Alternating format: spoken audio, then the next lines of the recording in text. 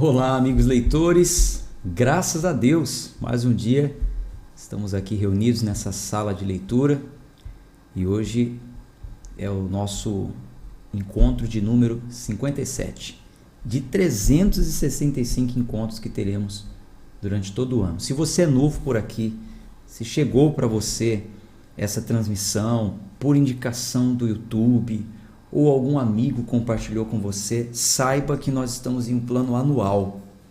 Em um ano nós vamos ler a Bíblia inteira. Só que assim, eu aconselho que você resgate pelo menos o primeiro e o segundo dia.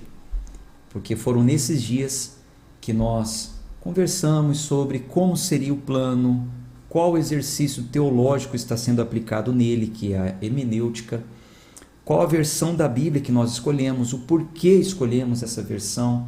Então, seria bom que você resgatasse aí os 2 capítulos anteriores. Você pode seguir daqui para frente, hoje é o dia de número 57, e aí quando chegar no final, você continua do capítulo 3 até o 56, assim você completa também o plano. Ou também, claro, se você tiver como maratonar e ir resgatando os anteriores, daqui a pouco a gente está junto também, né? Enfim, se você quiser receber os links, os avisos diários quando estivermos ao vivo e também para você acompanhar a gravação em qualquer horário, entre para o grupo do WhatsApp. O link está aqui na descrição desse vídeo. Tem também aí na descrição do vídeo o link para entrar no canal do Telegram. Lá é um arquivo onde a gente disponibiliza as minhas notas. Falando em notas, gente, hoje a gente fecha então essa parte histórica, essa leitura histórica da vida de José, e aí eu envio para vocês um PDF único desses últimos capítulos que lemos, para também, né, eu sei que tem algumas pessoas, imprimindo, e seria, acredito que desnecessário ficar imprimindo só capa, né, sendo que não está sendo necessário aplicarmos a hermenêutica nessa história. A história é muito pontual, né, da vida de José, não tem muita ligação, não existe como alguns textos históricos que são messiânicos e a gente precisa fazer algumas interpretações, enfim. Então, não se faz necessário. Então, hoje a gente fecha e aí eu envio para vocês, tá? Um PDF único com todos esses capítulos, só para que você possa organizar aí no seu fichário, no seu caderno, você que está encadernando, e também lá no nosso grupo do Telegram, para ficar na sequência tudo certinho dos dias, tá bom? Então vamos fazer nossa oração. Senhor amado, querido, graças te rendemos por mais um dia o Senhor nos permitir estarmos aqui reunidos e diante da tua palavra. Fale ao nosso coração, essas histórias que nós temos lido, tanto a de Jacó como a de José, nos confortam, nos animam e nos mostram que o Senhor é na vida dos seus. E também nos ensina qual que deve ser a nossa conduta, o nosso comportamento diante de situações da vida. Assim como a família de Jacó, que foi uma família muito problemática, e nós vimos isso, assim como a vida de José também foi tão conturbada, vítima de inveja, de calúnia, de mentira, de tantas coisas, mas por fim o Senhor foi na vida de todos. Sabemos que assim também é na nossa vida. Então, através dessa leitura, nos ensine a perseverar e confiar em Ti. Oramos em nome de Jesus. Amém. Então vamos abrir a Bíblia, Gênesis capítulo 48. Fique à vontade, faça suas notas. Se surgir alguma dúvida, você pode perguntar. Eu estou fazendo aqui uma leitura, né, direta, não estou nem parando muito para ler comentários, mas se surgir alguma dúvida, você me manda no WhatsApp, a gente te responde, te orienta, tá? Caso seja necessário, eu coloco lá no grupo também a resposta, sem expor quem fez a pergunta, claro, mas para que todos vejam. Às vezes a dúvida de um é a dúvida de outros também. Bom, Bíblia na tela, Gênesis, capítulo 48, versículo 1. E aconteceu depois dessas coisas, que alguém contou a José dizendo: Eis que teu pai está enfermo. E ele tomou seus 2 filhos, Manassés e Efraim. E alguém contou a Jacó: Eis que teu filho José vem a ti. E Israel se fortaleceu e sentou-se sobre sua cama. Então, lembram que na leitura de ontem, Jacó pede para José fazer um juramento, dizendo: José, olha, quando eu morrer, eu não quero ser enterrado aqui na terra do Egito, me enterra lá, no mesmo lugar que os meus pais estão enterrados. Está chegando a hora da partida. Alguém avisou José que o pai estava muito ruim. José pega os netos e vai até ele. Alguém avisa Jacó que José está vindo. Jacó, então, recobra ânimo ali, se fortalece para receber o filho. Versículo 3. E Jacó disse a José: O Deus Todo-Poderoso me apareceu em Luz. Lembra que Luz é Betel, é a mesma cidade, tem esses 2 nomes. Na terra de Canaã, e me abençoou. E me disse: Eis que te farei frutificar e te multiplicarei, e farei de ti uma multidão de povos, e darei esta terra à tua semente, depois de ti, por possessão eterna. E agora, teus 2 filhos, Efraim e Manassés, que te nasceram na terra do Egito, antes de eu vir a ti no Egito, são meus. Assim como Ruben e Simeão, eles serão meus. Então, veja que Jacó está dizendo para José o seguinte: a bênção está sobre mim. A bênção de Abraão, que passou para Isaac, que Isaac passou para Jacó, que Jacó deveria passar para o seu primogênito, que é Ruben, no caso.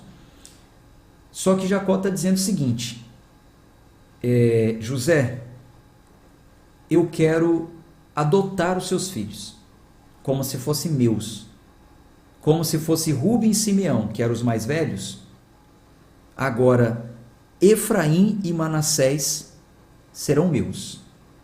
Com qual intenção? Ele queria passar a bênção da posteridade. Isso é muito interessante isso, e faz todo sentido na história do povo hebreu. Você vai entender isso mais para frente. Então veja, versículo 6.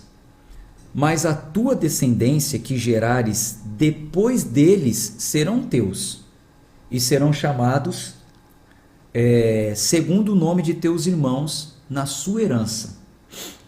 Quanto a mim, quando eu vim de Padã, Raquel morreu junto a mim na terra de Canaã. No caminho, quando ainda havia somente um pequeno caminho para eu chegar a Efratá. E eu a sepultei ali no caminho de Efratá.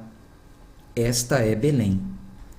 Israel viu os filhos de José e disse: Quem são esses? Olhou para os meninos e falou: Quem são esses? E José disse ao seu pai: Estes são meus filhos, que Deus me deu neste lugar. E ele disse: Trazei-os a mim, rogo-te, e eu os abençoarei. Ora, os olhos de Israel estavam escurecidos pela idade, de modo que ele não podia ver. E ele os levou para perto dele, e os beijou, e os abraçou. Israel disse a José: Eu não havia pensado em ver tua face, e eis que Deus me mostrou também a tua semente. E José os tirou dentre os seus joelhos, e ele se curvou com a sua face em terra. E José tomou os 2, Efraim em sua mão direita, em direção à mão esquerda de Israel, Manassés na sua mão esquerda, em direção à mão direita de Israel. Assim como nós aqui estamos frente a frente, a minha mão direita está na direção da sua mão esquerda. A minha mão esquerda está na direção da sua mão direita. Então, foi assim que aconteceu. Mas veja a cena. Versículo 14. E Israel estendeu a sua mão direita e colocou sobre a cabeça de Efraim, que era o mais jovem, E a sua mão esquerda colocou sobre a cabeça de Manassés, guiando suas mãos conscientemente, pois Manassés era o primogênito. Então veja, Jacó cruzou as mãos. Ao invés de colocar a mão direita sobre o filho mais velho, que José já tinha colocado nessa direção, quando Jacó falou, vou abençoar seus 2 filhos, então José pega o mais velho e coloca na direção da mão direita do pai. Pega o mais novo, coloca na direção da mão esquerda. Só que Jacó cruza as mãos. De propósito. Ele quis fazer isso. Versículo 15. E ele abençoou José e disse: Deus, diante do qual andaram meus pais, Abraão e Isaque, o Deus que me sustentou toda a minha longa vida até este dia, o anjo que me redimiu de todo o mal, lembra daquela luta que teve? E ali ele venceu aquela natureza de enganador, lembra? Então, o anjo que me redimiu de todo o mal, abençoe esses rapazes e permita que meu nome seja colocado neles, e o nome de meus pais, Abraão e Isaque, e os faça crescer em uma multidão no meio da terra. E José viu que seu pai colocou a mão direita sobre a cabeça de Efraim, isso o desagradou. E ele levantou a mão de seu pai para removê-la de sobre a cabeça de Efraim, para colocar na cabeça de Manassés. E José disse ao seu pai: assim não, meu pai, pois este é o primogênito, põe a tua mão direita sobre a cabeça dele. E seu pai se recusou e disse: eu sei, meu filho, eu sei. Ele também se tornará um povo, ele também será grande, mas em verdade seu irmão mais jovem será maior do que ele, e sua semente se tornará uma multidão de nações. E ele os abençoou naquele dia, dizendo: em ti abençoará Israel, dizendo: Deus te faça como Efraim e Manassés. E ele colocou Efraim diante de Manassés, né? Realmente dizendo que Efraim seria o maior. Efraim iria adiante. E Israel disse a José: eis que eu morro, mas Deus estará convosco e vos levará novamente à terra de vossos pais. Além disso, eu tenho dado a ti uma porção a mais que a teus irmãos, que eu tirei da mão dos amorreus com a minha espada e com o meu arco. Vamos para o capítulo 49. E Jacó chamou seus filhos e disse: reuni-vos, para que eu possa vos dizer o que vos acontecerá nos últimos dias. Reuni-vos e ouvi, filhos de Jacó, ouvi com atenção a Israel, vosso pai. Ruben, aí ele começou do mais velho, né? Ruben, tu és o meu primogênito, minha força e o princípio do meu vigor, a excelência da dignidade e a excelência do poder. Instável como a água, não serás superior. Porquanto subiste à cama de teu pai, e então a contaminaste. Ele subiu à minha cama. Se lembram da cena? Lembram quando aconteceu isso? Que o texto diz que Ruben se deitou com uma das mulheres do pai, e Jacó ficou sabendo disso, mas caladinho, fingiu que não estava sabendo de nada. Então, chegou a hora de abençoar os filhos. A bênção seria para Ruben, é o primogênito. Mas Jacó chama Ruben e fala: Ruben, você é o meu primogênito, é minha força, meu vigor, a excelência da dignidade, do poder, mas você é instável como a água. Não serás superior, porquanto subiste à cama de teu pai. Perdeu a bênção.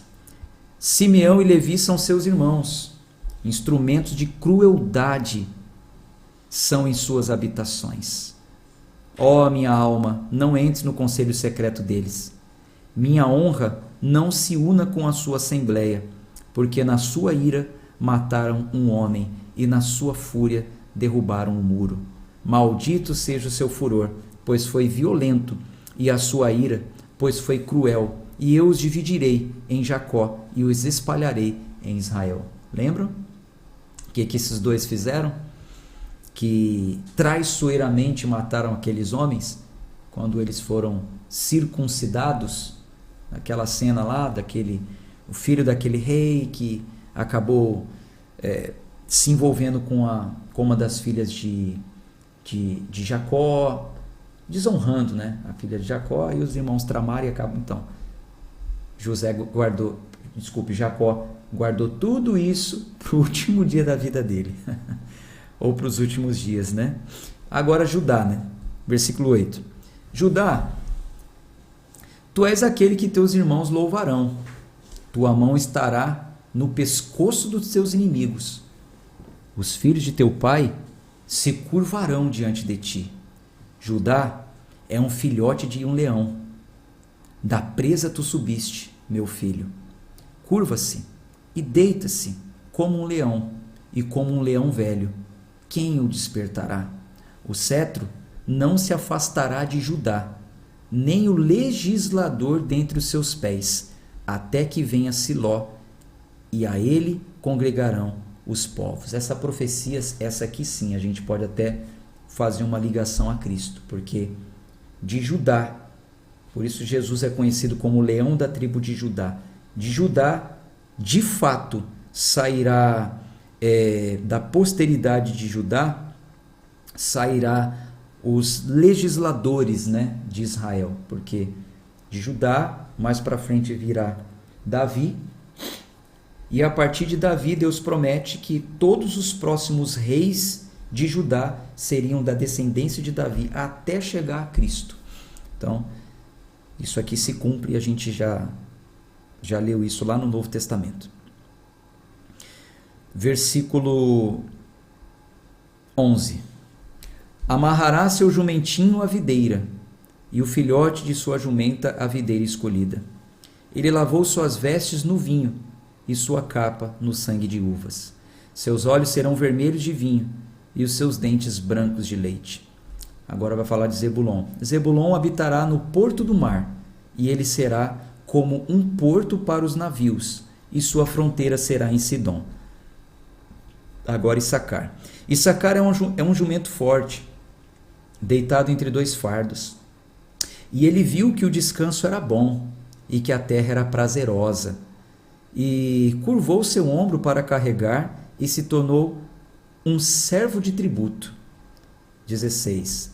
Dan julgará seu povo como uma das tribos de Israel. Dan será uma serpente junto ao caminho, uma víbora junto à vereda, que morde os calcanhares do cavalo, de modo que seu cavaleiro cairá para trás. Eu tenho esperado pela tua salvação, ó Senhor. Você vai ver mais para frente nas histórias aqui, a gente vai ler, vai gravando essas coisas que ele está falando. Você vai ver o que acontece com Dan. Versículo 19. Gade, uma tropa o suplantará, mas no final ele prevalecerá. De Azer, seu pão será gordura, e ele produzirá delícias reais. Naphtali é uma serva solta, ele dá palavras bondosas. José é um ramo frutífero junto à fonte, cujos ramos correm sobre o muro. Os arqueiros o amarguraram e atiraram nele e o odiaram, mas o seu arco habitou na força, e os braços de suas mãos foram fortalecidos pelas mãos do Deus poderoso de Jacó. De lá é o pastor, a rocha de Israel. Pelo Deus de teu pai, que te ajudará, e pelo Todo-Poderoso, que te abençoará com as bênçãos do céu acima, bênçãos da profundeza que está abaixo, bênção dos peitos e do útero. As bênçãos de teu pai prevalecerão sobre as bênçãos dos meus progenitores, até os últimos limites das colinas eternas. Elas estarão sobre a cabeça de José, e na coroa da cabeça daquele que esteve separado de seus irmãos. Benjamim saqueará como um lobo pela manhã, e devorará a presa, e à noite dividirá o despojo. Todas estas são as 12 tribos de Israel, e isso foi o que seu pai lhes falou e os abençoou, cada um de acordo com sua bênção. Ele os abençoou. E ele lhes ordenou e lhes disse: eu serei reunido ao meu povo.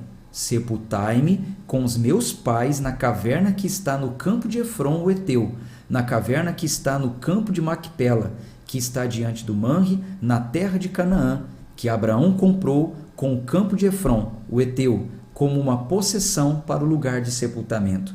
Ali eles sepultaram Abraão e Sara, sua esposa. Ali sepultaram Isaque e Rebeca, sua esposa. E ali eu sepultei Lia.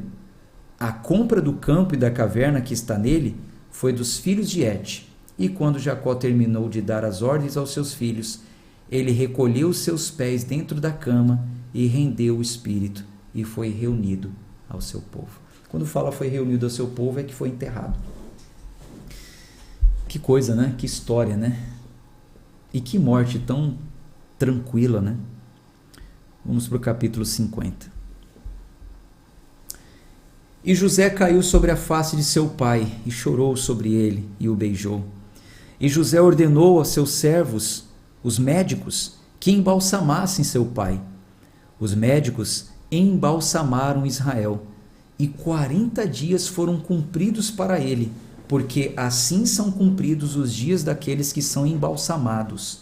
E os egípcios choraram por ele 70 dias. É um dos lutos mais longos na Bíblia. As pessoas ficaram de luto 70 dias por causa da morte de Israel.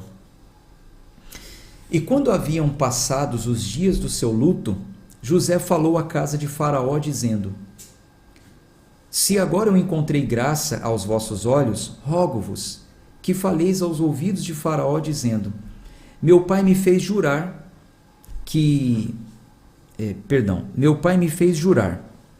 eis que morrerei.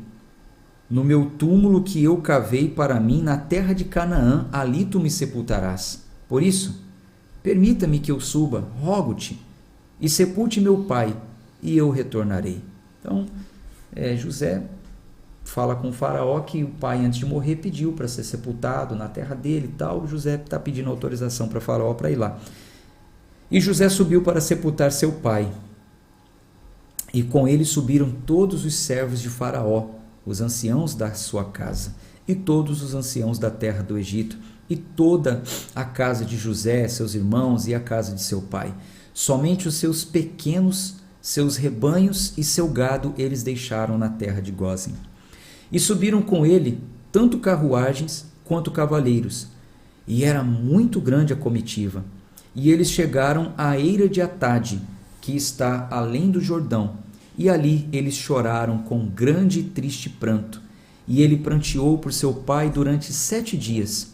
E quando os habitantes da terra, os cananeus, viram o pranto na eira de Atade, eles disseram: este é um pranto gravíssimo para os egípcios, porque o nome foi chamado Abel Mizraim, que está além do Jordão. Pelo que foi chamado o nome que se deram, né, diante do que estava acontecendo ali, foi Abel Mizraim, que está além do Jordão. E seus filhos lhe fizeram conforme ele lhes ordenara, pois seus filhos os levaram à terra de Canaã e os sepultaram na caverna do campo de Macpela, que Abraão comprou com o campo para a possessão de um lugar de sepultamento de Efron, o Eteu, diante de Mamre. E José retornou ao Egito, ele e seus irmãos, e todos que subiram com ele para sepultar seu pai, após ele ter sepultado seu pai. E quando os irmãos de José viram que seu pai estava morto, eles disseram: José talvez nos odeie, e certamente exigirá de nós todo o mal que lhes fizemos. Eles ainda acharam que José ainda estava magoado, né? Ainda guardava alguma coisinha, algum rancinho contra os irmãos, né? Ficaram com medo depois que o pai morreu. Então eles combinaram o seguinte: assim direis a José. Desculpe. Então eles combinaram entre si e enviaram, versículo 16, e eles enviaram um mensageiro a José dizendo: teu pai ordenou antes de morrer, dizendo, olha só, mandaram falar para José que o pai antes de morrer disse isso, com medo, né? Mas não tem nada a ver, o pai não tinha falado nada disso. Versículo 17, Assim direis a José: perdoa, rogo-te agora, a transgressão de teus irmãos e o pecado deles, pois eles te fizeram mal, e agora rogamos-te, perdoa a transgressão dos servos do Deus de teu pai. E José chorou quando falaram com ele. E seus irmãos também foram e caíram diante da face dele e disseram: eis que somos teus servos. E José lhes disse: não temais, pois estaria eu no lugar de Deus? Mas quanto a vós, intentaste mal contra mim, mas Deus intentou para o meu bem. Quer dizer, o que vocês tentaram fazer de mal contra mim, Deus fez para o meu bem, para fazer como é neste dia, para salvar muitas pessoas com vida. Por isso, não temais, eu vos sustentarei, e a vossos pequenos. E ele os confortou e falou com eles bondosamente. Meu Deus, que exemplo, José, né? Que exemplo. Tantos irmãos que guardam mágoas uns dos outros, né? Na própria família, ou no ambiente de trabalho, ou na igreja, os irmãos da igreja, né? Tem certas rixinhas, certas briguinhas, ficam guardando coisas que separam, que dividem. José é um exemplo, né? A gente pode olhar para esses relatos históricos e nos constranger a ser pessoas melhores, né? Versículo 22. E José habitou no Egito, ele e a casa de seu pai. E José viveu 110 anos. E José viu os filhos de Efraim, da terceira geração, também os filhos de Maquir, filhos de Manassés, nasceram sobre os joelhos de José. Vocês lembram essa expressão, nascer sobre os joelhos? Então, eu nem vou colocar isso no PDF, porque já foi colocado nos anteriores. A expressão nascer sobre o joelho era quando eles adotavam um filho. Lembra que, porque Raquel não tinha filhos, ela falou para Jacó: Jacó, eu não tenho filhos, me dá um filho, senão eu morro. Aí Jacó falou: por acaso eu sou Deus? E aí ela falou assim: então, entra na minha serva e eu terei e ela terá um filho sobre os meus joelhos, ou seja, o filho dela eu vou adotar. Então, aqui está dizendo que José viu os seus filhos, os filhos de seus filhos, ou seja, os seus netos, e eles nasceram sobre os seus joelhos, ou seja, José adotou como se fosse o próprio filhos dele, os seus netos. E José disse aos seus irmãos: eu morrerei, e Deus certamente vos visitará, e vos tirará desta terra para a terra que ele jurou a Abraão, a Isaque e a Jacó. E José tomou um juramento dos filhos de Israel, dizendo: Deus certamente vos visitará, e vos levareis, e vós levareis os meus ossos daqui. Assim José morreu, tendo 110 anos de idade. E eles o embalsamaram, e ele foi posto em um caixão no Egito. Mas veja, José, antes de morrer, falou para eles: olha, vocês estão aqui no Egito, mas um dia vocês ainda vão voltar para Canaã. Por promessa, Deus prometeu que a terra de Canaã seria do povo dele. Então, eles estavam em peregrinação até que de fato isso acontecesse. Eles vão ficar um período no Egito, 400 anos. José, ele foi sepultado no Egito, mas ele falou para eles: olha, jure para mim que o dia que vocês saírem do Egito, vocês vão levar o meu corpo. Gente, olha que coisa. Veja que coisa. E quando nós estivermos lendo o livro do Êxodo, vocês vão ver que eles cumprem isso aqui. No dia que eles saem do Egito, eles levam o corpo, não deixa o túmulo, né, o caixão de José lá no Egito. Até o caixão de José eles levam do Egito. Muito interessante a história do povo hebreu. Bom, amigos leitores, glória a Deus, concluímos mais um livro. Coloca aí nos comentários. Um livro muito interessante, um livro histórico, um livro de muitos ensinos. Aprendemos nesse livro sobre Abraão, o pai da fé, como isso aconteceu, por que ele se tornou o pai da fé. Aprendemos acerca de sacrifícios também, né? Nesse livro.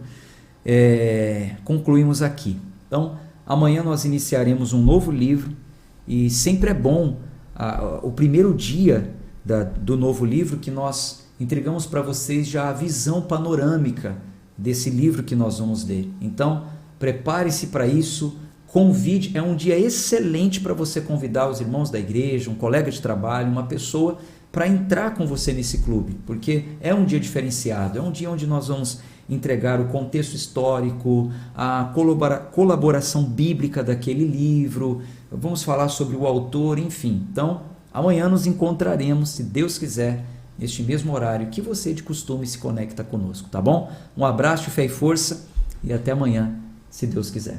Tchau, tchau.